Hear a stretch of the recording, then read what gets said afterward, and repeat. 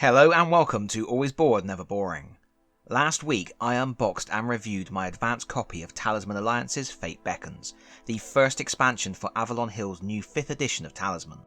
This expansion offers a fully developed cooperative campaign with legacy-style elements in the form of envelopes and boxes containing secrets that you will gradually get to discover.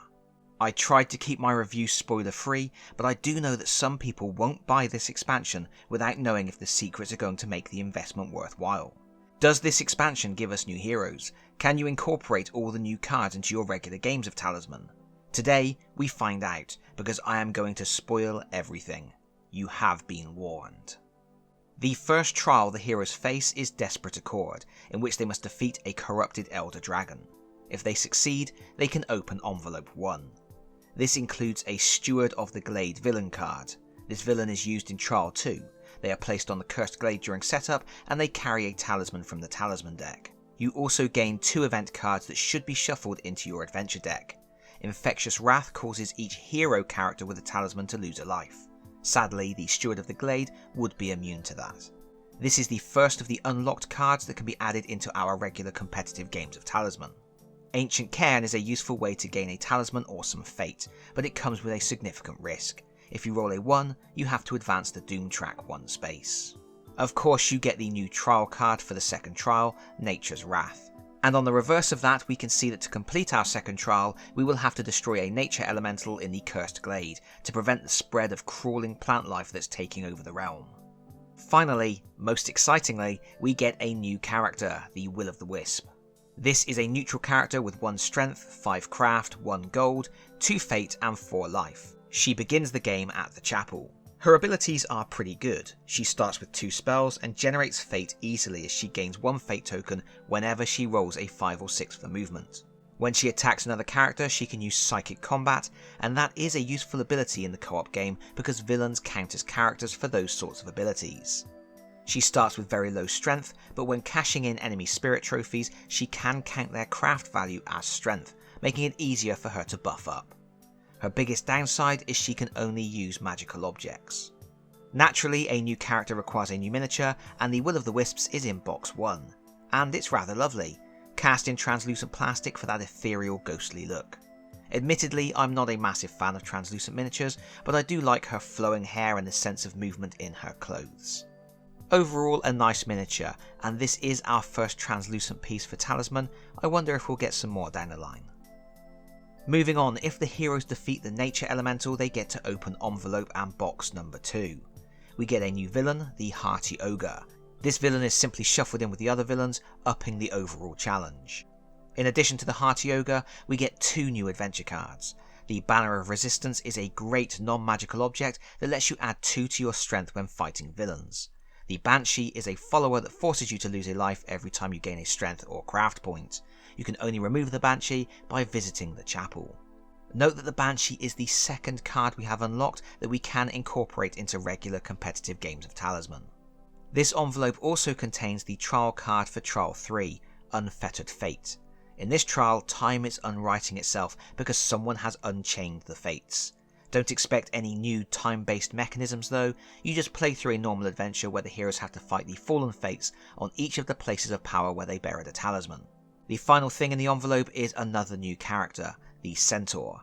This is a neutral character that starts in the forest with 3 strength, 3 craft, 1 gold, 2 fate and 4 life.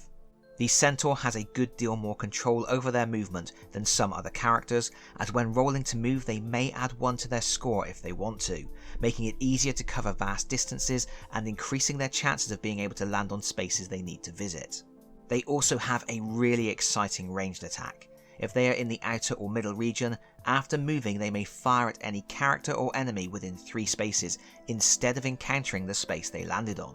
This attack is resolved as a normal combat, except the Centaur cannot use any weapons. If they win, they can only force the target to lose 1 life, and if they lose, nothing bad happens to them. The chance to avoid a bad encounter on your space and make a risk-free attack on someone else is really good.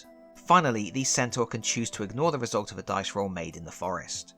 All 3 of those abilities are awesome. The miniature is pretty damn good too.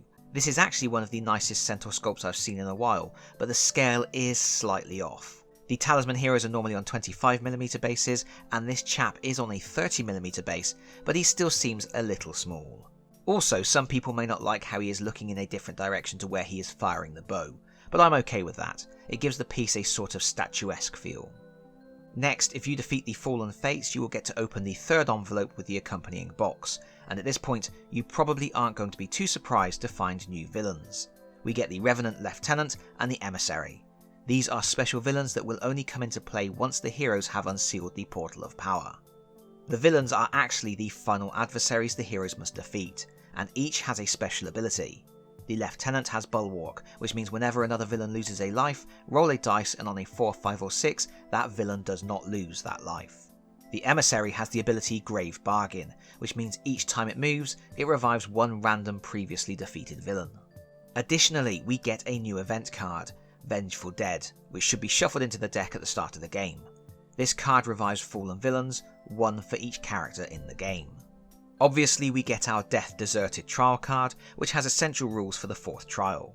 You may have guessed that an unknown force has brought the dead back to life, so the heroes have to destroy the Lieutenant and the Emissary to set things right. Finally, we have the really exciting bit, another new character. This time it's the Valkyrie, a good aligned character with 3 strength, 4 craft, 1 gold, 3 fate and 4 life. She starts at the chapel and she has some really solid abilities that are going to make her a lot of fun to play. She may add 1 to her strength value during a battle, and if she ever forces a character to lose 1 life in battle, then she gains 1 fate. And of course, that ability is going to trigger should she take the life of a villain. When she's at the graveyard, she always interacts with it as if she is evil, which is nice but not amazing. However, best of all, once per turn, when one of her followers is killed, she can immediately resurrect them and keep them as a follower. That means she can sacrifice a follower, knowing she will be able to bring them straight back. The miniature is really lovely. I love the helmet and the shield. And while it's not exactly dynamic posing, there is a sense of forward momentum, of drive and determination. It's very much a who's next sort of pose. This is probably my favourite miniature of the 3 we have seen so far. It has a lot of personality. If you succeed in Trial 4, you get to open the 4th and final envelope with the accompanying box, and we get our final villain, the Aberration. The setup for the 5th trial, the Inexorable Wheel, tells you to shuffle the Aberration in with the other villains. We also get 2 new events to shuffle into the adventure deck, and both of these can also be added into your regular competitive games when you are finished with the co-op experience. There's Gravity Cull, which is the Great Leveler. The characters with the highest craft, highest strength, most spells and most gold all lose 1 life. If a character is unlucky enough to have several of these achievements, they lose 1 life for each of those achievements. In the case of ties, nobody loses a life. Broken Destiny is horrible. Players must discard all of their unspent trophies. Note that this card does have a line of text relating to the villains in the co-op experience, but if you are playing competitively, this part can just be ignored, and the rest of the card takes effect as normal.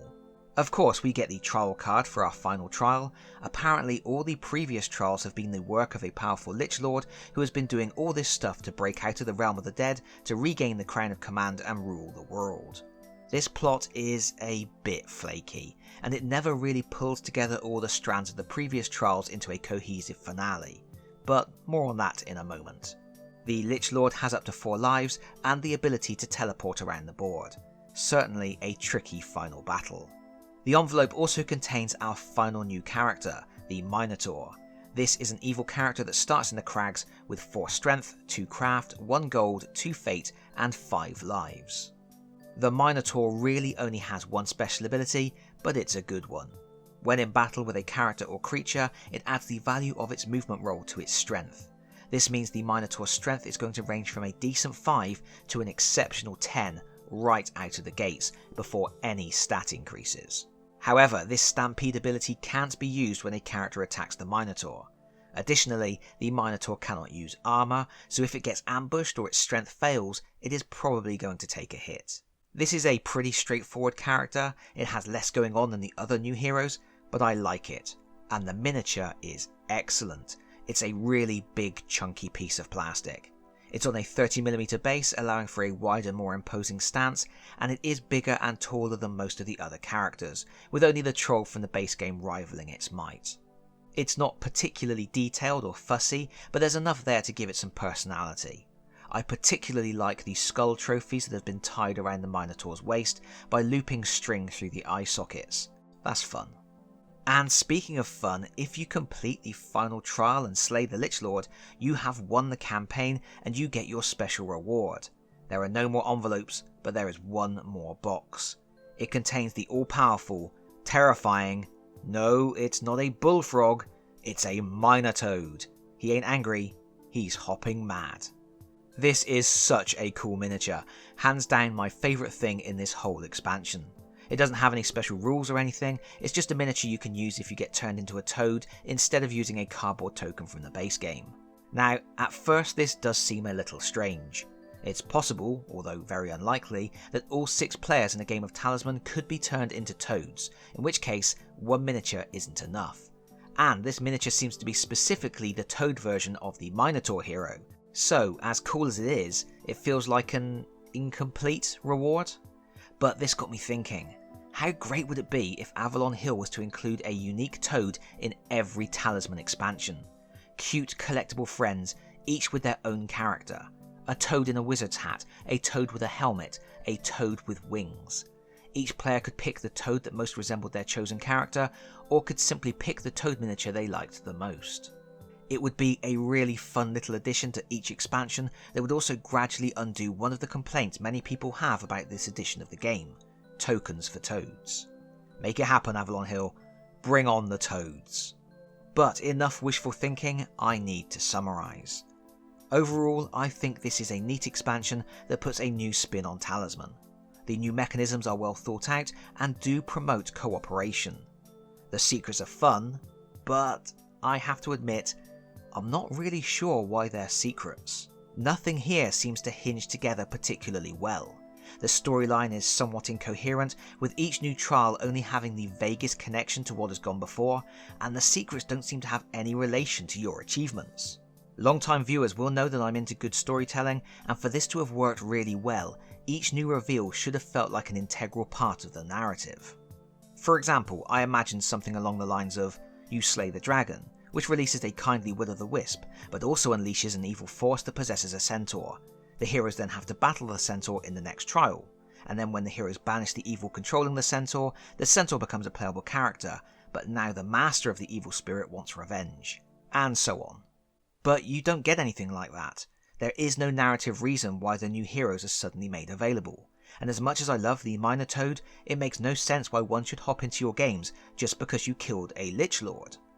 If the story was more coherent, if the secrets were better integrated, this could have been a really fascinating adventure to explore, with twists and turns and plenty of reveals. As it is, it's just a fun co-op romp with a gimmicky secret system that doesn't really add to the overall experience. Mechanically, it's all there. It just doesn't come together in a way I would have liked, or indeed expected. And when all is said and done and you are finished with the Fate Beckons expansion, you have 2 choices. Reset the expansion to play it again, or take the few components that are compatible with regular competitive play and fold them into your core set. In total, you will have 4 new playable characters to select from: a cool minor toad miniature that you can use when a character turns into a toad, 2 new spells, Alchemical Fate and Pupil, 3 new events, Broken Destiny, Gravity Cull and Infectious Wrath, and a single new follower, Banshee. And that's it. You could potentially add the villains to your regular games, but there are no official rules for doing that, so you would have to homebrew something on your own. That means there isn't a lot of new content. It would have been nice to end up with a small stack of useful adventure cards, but the 4 new characters are an awesome addition. The Will-o'-the-Wisp is okay, but the Centaur, Minotaur and Valkyrie are all really exciting, and I would be happy to play as any of them. You can never have too many choices for selecting a hero, and these ones are cool. But that's about it for this video. Hopefully you have found it useful. Do remember, pre-orders for Talisman Alliances Fate Beckons are open, with a release date set for September 26th in the UK and October 1st in the US. You will find some links in the video description below. And as always, if you like the video, please consider pressing the like button. If you really like the video, please consider subscribing if you don't already do so, and hopefully I'll see you all again very soon. Bye bye everyone, bye bye.